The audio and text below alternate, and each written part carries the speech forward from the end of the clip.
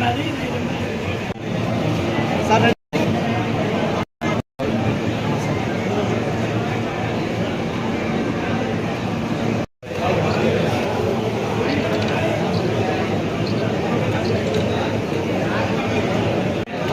ఎన్ని పెట్టాలి నా మొబైల్ ఆనందాను విజయనగరము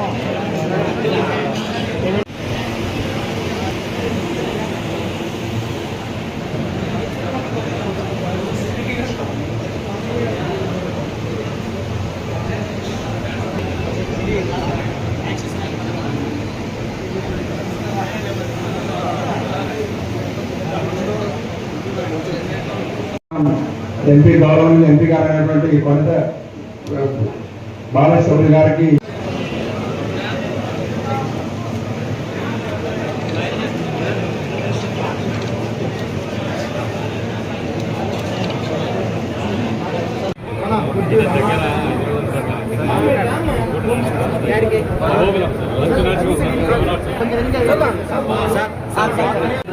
మాకు ఏకైక వేరమైంది సార్ మంజాల్లో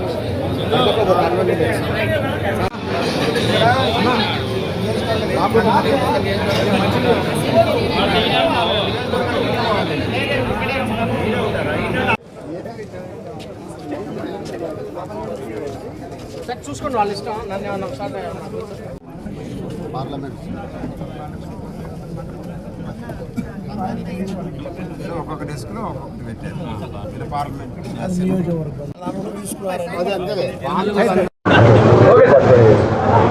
మా జనసేన పార్టీ అధ్యక్షులు పవన్ కళ్యాణ్ గారి యొక్క ఆదేశాల మేరకు రాష్ట్రంలో ఉన్నటువంటి 25 జిల్లాల పార్లమెంటు నియోజకవర్గాల్లో ఒక్కొక్కళ్ళకి 25 మందిని సెలెక్ట్ చేసి ఒక్కొక్కరిని ఒక్కొక్క జిల్లాకు పంపడం జరిగింది.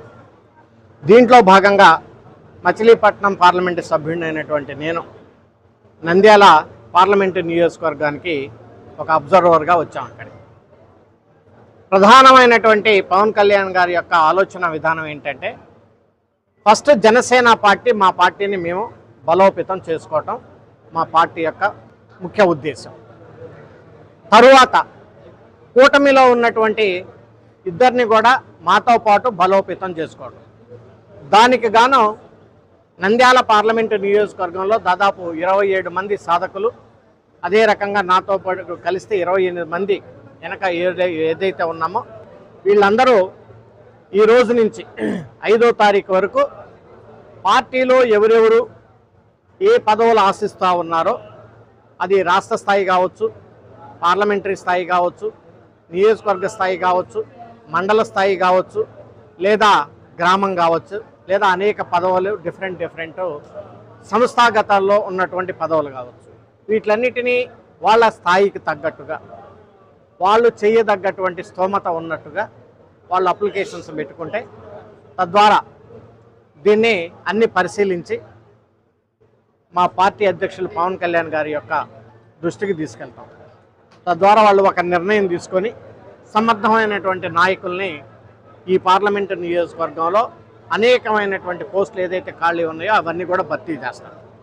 సో తద్వారా మా పార్టీని ఈ నియోజకవర్గంలో కూడా డే బై డే బలోపేతం చేసుకోవటానికి జన సైన్యం అందరం కూడా కలిసి పనిచేస్తాం. Thank you.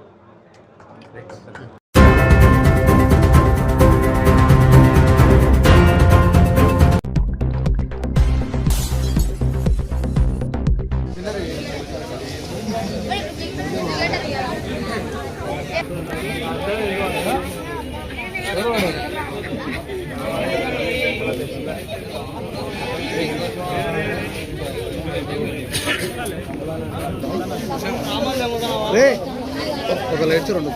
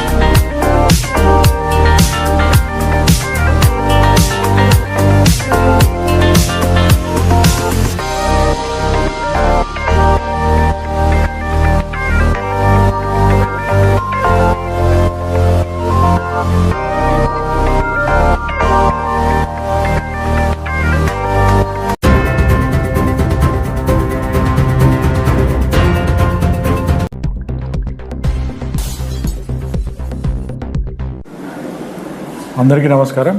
ఇప్పుడు మన డిస్ట్రిక్ట్ కలెక్టర్ ఆదేశాల వరకు ఇక్కడ పీజీఆర్ఎస్కి రావడం జరిగింది. మన వచ్చే నెల ప్రతి నెల మనం పట్టాదారు పాస్బుక్ డిస్ట్రిబ్యూషన్ చేస్తాం.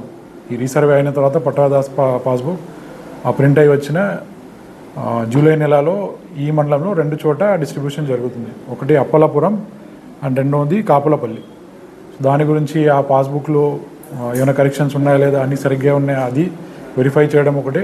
రెండోది పీజీఆర్ఎస్ దరఖాస్తు తీసుకొని దాన్ని ఎట్లా మనం సమాధానం ఇవ్వచ్చు. అది కాకుండా ఇంకా రెగ్యులర్ సమస్యలు ఏమున్నాయి ఈ మండలాల్లో, ఈ కాన్స్టిట్యుయెన్సీలో రెగ్యులర్గా ఏమేమి వస్తున్నాయి, గతంలో ఏమేమి వచ్చినాయి, దాని పరిష్కారం రెవెన్యూ డిపార్ట్మెంట్ నుంచి, సర్వే డిపార్ట్మెంట్ నుంచి ఎట్లా ఇవ్వడం జరిగింది అంతా వెరిఫై చేయడం జరుగుతుంది. అదే కాకుండా రీసర్వే ప్రోగ్రెస్, మిగతా కొన్ని వెబ్లాండ్ కరెక్షన్స్ ఉంటాయి, ఆర్ మిగతా రెవెన్యూ ఇష్యూస్ ఏమేమి ఉన్నాయి దాని గురించి పరిశీలిస్తాము. అండ్ వచ్చిన అర్జీలు, గ్రీవెన్స్లో ఎట్లా ఇంకా ఈజీగా మనం ప్రజలకి తొందరగా రిజాల్వ్ చేయగలుగుతాము దాని గురించి కూడా ఇప్పుడు కొంచెం డిస్కషన్ చేసి అది పరిశీలిస్తాము. Thank you. కొన్ని గ్రామాలలో మామూలుగా రీసేవర్ జరిగాయి సార్, కానీ పట్టా పాస్బుక్లు అయితే ప్రొవైడ్ చేయలేదు. ఎందుకని సార్? అంటే అంటే గవర్నమెంట్ది మనకు ప్రాసెస్ ఉంది. ఇప్పుడు గతంలో రీసర్వే కంప్లీట్ అయింది. రీసర్వే కంప్లీట్ అయిన తర్వాత ఇప్పుడు గవర్నమెంట్ ఈకేవైసీ చేస్తుంది. ఈకేవైసీ అంటే ఇప్పుడు 100 ఖాతాలు ఉన్నాయి, లేకపోతే 1000 ఖాతాలు ఉన్నాయి. ఆ 1000 ఖాతాలో ఒక 100 ఖాతాలో కొన్ని ప్రాబ్లమ్స్ ఉండొచ్చు. మేబీ ఆధార్ నెంబర్ ఇష్యూ ఉండొచ్చు, ఆయన ఫోటో సరిగ్గా లేదు, కొన్ని కరెక్షన్స్ ఉండొచ్చు. సో ఈకేవైసీ చేస్తే మనకి ఆ కరెక్షన్స్ ఏమేమి ఉన్నాయో అది తెలుస్తాయి. సో ఆ కరెక్షన్ చేసిన తర్వాత మనం పక్కగా ఇస్తాము. సో మనం ప్రతి పాస్బుక్ ఇచ్చిన తర్వాత మళ్ళీ ఏం ప్రాబ్లం రాకూడదు. ఆ వెరిఫికేషన్ కోసం గవర్నమెంట్ కొంచెం టైం తీసుకొని అందరికీ ఎక్కడెక్కడ రీసర్వే అయింది ఇక్కడ నుంచి మనం ఆ డేటా పంపిస్తాము. అది అక్కడ ప్రింట్ అయ్యి రావడానికి కూడా కొంచెం టైం పడుతుంది. సో ఎక్కడెక్కడ విలేజెస్ రెడీ ఉన్నాయి, ఈకేవైసీ కంప్లీట్ అయింది, ఆ విలేజెస్కి పట్టదారు పాస్బుక్ ప్రింట్ అయ్యి వస్తాయి, మనం ఇమీడియట్లీ డిస్ట్రిబ్యూట్ చేస్తాం.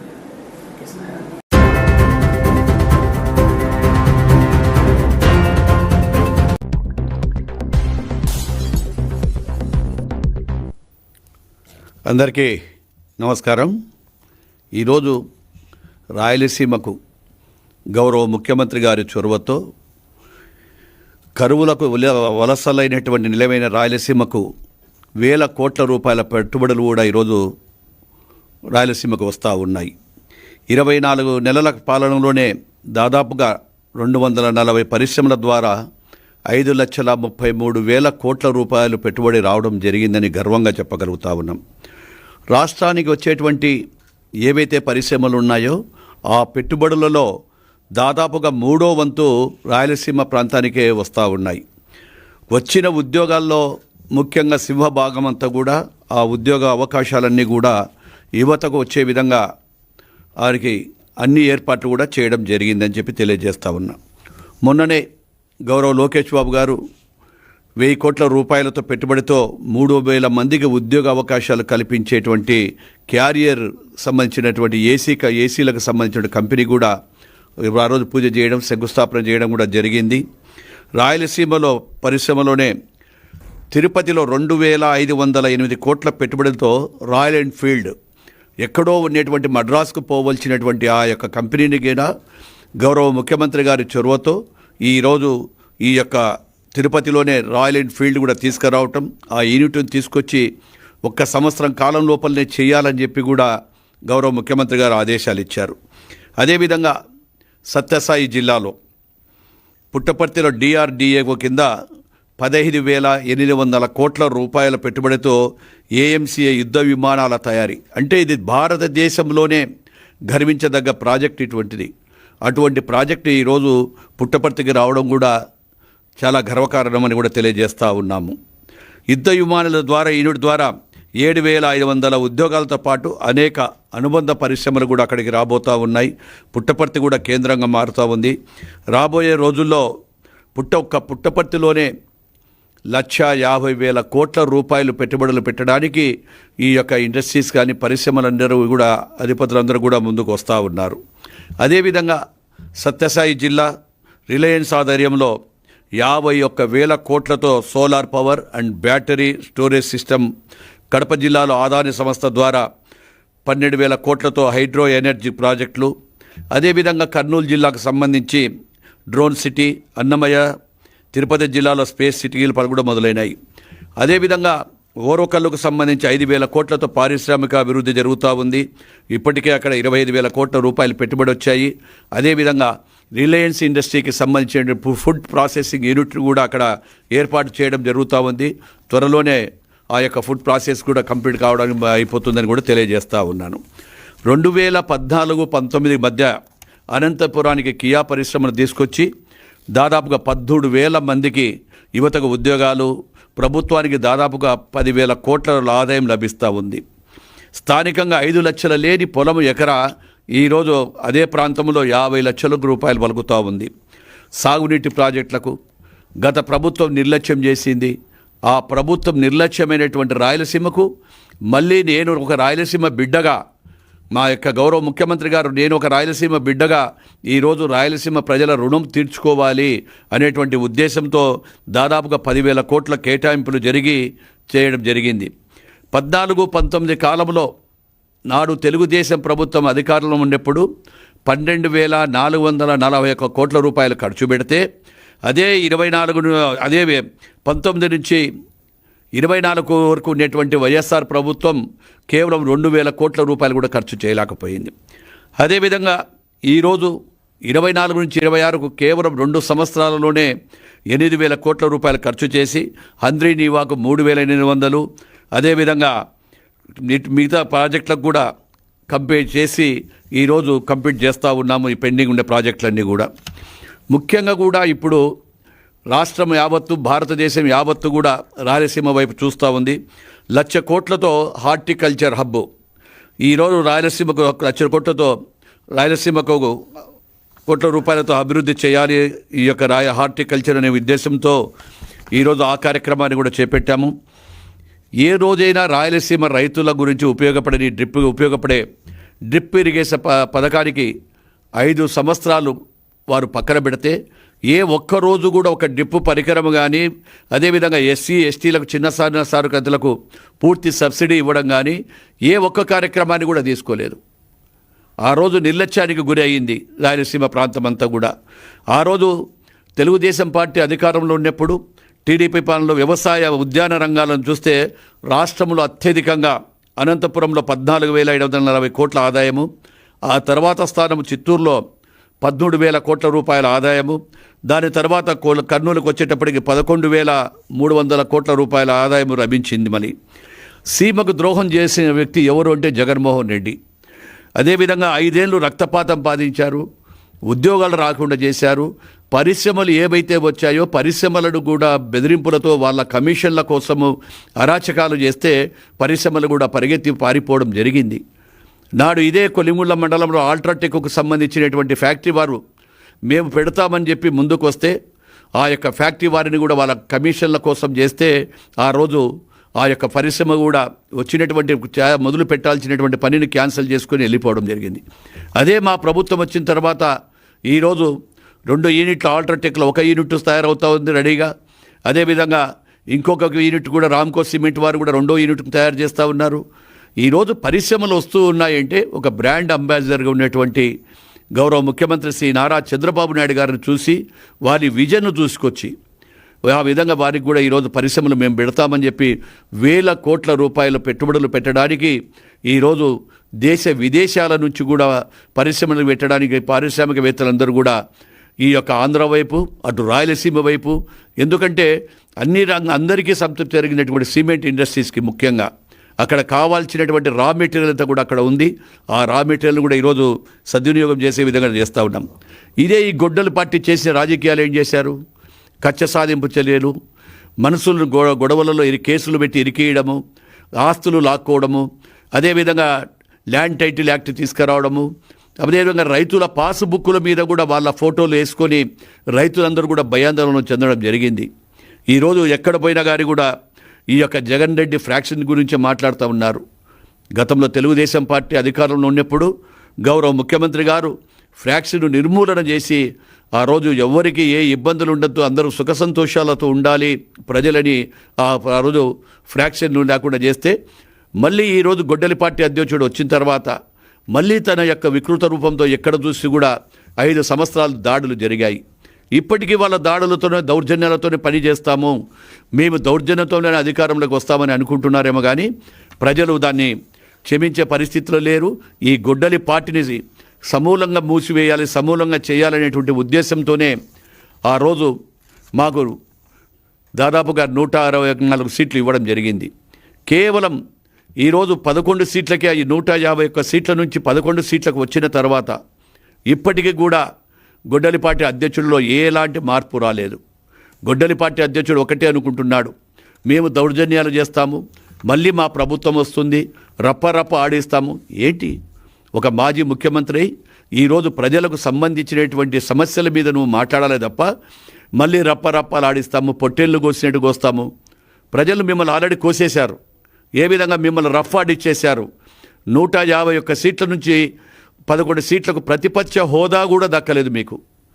ప్రతిపక్ష హోదా దక్కని వాళ్ళకు ఇంకా సిగ్గు శరం లేకుండా ఈరోజు మళ్ళీ విచ్చలవిడిగా కూడా విజృంభించి అనేకమైన కార్యక్రమాలు ఈరోజు ఏదో చేసుకొని రాష్ట్రంలో శాంతియుతంగా ఉన్నటువంటి రాష్ట్రంలో పరిపాలనలో కూడా అనేకమైన ఇబ్బందులు కలిగేట్టుగా చేస్తూ ఉన్నారని కూడా తెలియజేస్తూ ఉన్నాము. ఏది ఏమైనా రాయలసీమ ప్రాంతానికి అటు ఇరిగేషన్ ప్రాజెక్టులు కానీ, అదేవిధంగా పరిశ్రమలు కానీ, ఇవన్నీ కూడా రావాలంటే ఒక తెలుగుదేశం ప్రభుత్వంతోనే సాధ్యం. మా యువ నాయకుడు శ్రీ లోకేష్ బాబు గారు కూడా నిత్యం ఎక్కడెక్కడ పరిశ్రమలు వస్తున్నాయంటే వారి దగ్గరికి వెళ్ళి ఈ పరిశ్రమలు మా ప్రాంతంలో పెట్టండి, మీకు సింగిల్ విండో కింద కూడా అనుమతులు ఇస్తాము, మీకు కావాల్సినటువంటి సహాయ సహకారాలు మాకు ఉంటాము, మా ప్రాంతంలో యువతకు ఉద్యోగాలు కల్పించాలి అనేటువంటి ఉద్దేశంతో ఈరోజు నారా లోకేష్ బాబు గారు కూడా నిత్యం కూడా పరిశ్రమల కోసం వస్తూ ఉన్నారు. ఈరోజు అదేవిధంగా రాయలసీమ ప్రాంతంలో హార్టికల్చర్ హబ్కు అనువైన ప్రాంతము, ఆ ప్రాంతానికి ఈ 1,00,000 కోట్లతో రూపురేఖలే మారబోతున్నాయి. ఏదైతే హార్టికల్చర్ హబ్ వస్తూ ఉందో దాని ద్వారా లక్షల కోట్ల రూపాయలు ఈరోజు ప్రభుత్వం ఖర్చు పెట్టి ఈ యొక్క రాయలసీమను రతనాల సీమగా మార్చాలనేటువంటి మా గౌరవ ముఖ్యమంత్రి గారి ఆలోచనలకు ప్రజలు కూడా స్వాగతిస్తున్నారు. ఈ యొక్క గొడ్డలపాటి అధ్యక్షుడు ఎన్ని కలలు కన్యా, ఎన్ని మాటలు చెప్పినా ఈరోజు ప్రజలు నమ్మే పరిస్థితుల్లో లేరు. రేపు రాబోయే స్థానిక ఎన్నికలలో వాళ్ళకి ఎక్కడ కూడా డిపాజిట్లు కూడా రాబోవు. ఈరోజు చూస్తూ ఉన్నాం ఎక్కడ పోయినా అరాచకము. గతంలో రాజధానిని చూసి సర్వనాశనం చేశారు, పోలవరాన్ని నాశనం చేశారు. మళ్ళీ ఇక్కడ రాజధానిలో ప్రశాంతంగా ఉండేటువంటి రాజధాని ఈరోజు అభివృద్ధి వరకు పరుగులు పెడతా ఉంటే ఏదో సంబంధం లేని రౌడీలను తీసుకొచ్చి, ఎక్కడ రైతులు కానీ వాళ్ళని తీసుకొచ్చి రాయలసీమలో మళ్ళీ ఆ యొక్క రైతుల దగ్గరికి తీసుకెళ్ళి అక్కడ కూడా మళ్ళా ఆ యొక్క అల్లర్లు సృష్టించడానికి చేస్తూ ఉన్నారు. ఏదేమైనా మా ప్రభుత్వం శాంతియుతంగా ఏది చేయాలనుకున్నామో ఆ యొక్క ఈరోజు రాయలసీమ దీనికి యొక్క సంబంధించినటువంటి రాజధాని ఖచ్చితంగా నిర్మించడం అయిపోతుంది. త్వరలోనే అన్నీ కంప్లీట్ అవుతూ ఉన్నాయి. అటు రాయలసీమ, ఉత్తరాంధ్ర, ఆంధ్ర అన్ని ప్రాంతాలకు సమన్వయం చేయాలనేటువంటి ఉద్దేశంతోనే గౌరవ ముఖ్యమంత్రి గారు అటు పెట్టుబడులు కానీ, రాయలసీమకు హబ్బు కానీ, ఇండస్ట్రీస్ కానీ తీసుకొస్తా ఉన్నాం. కాబట్టి ఇప్పటికైనా గొడ్డలిపాటి వారి నాయకుడు మేల్కొని ప్రజలతో ఏదైతే ఉన్నాయో సూచనల ప్రకారం వెళ్ళాలని చెప్పి కూడా తెలియజేస్తా ఉన్నాను.